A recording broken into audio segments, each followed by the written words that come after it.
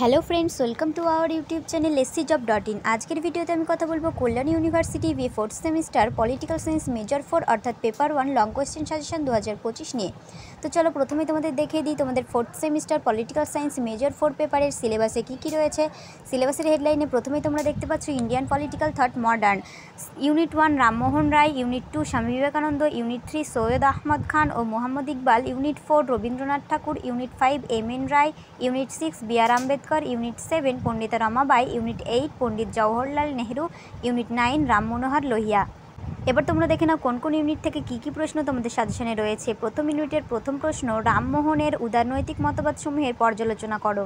আমাদের সাজেশনে প্রত্যেকটি প্রশ্নের উত্তর তোমরা খুবই সুন্দর পয়েন্ট আকারে পেয়ে যাবে। আমরা নিশ্চিতভাবে বলতে পারি আমাদের সাজেশনের মতো এত সুন্দর পয়েন্ট আকারে সাজানো কোয়ালিটি সম্পূর্ণ সাজেশন আর কোথাও তোমরা পাবে না।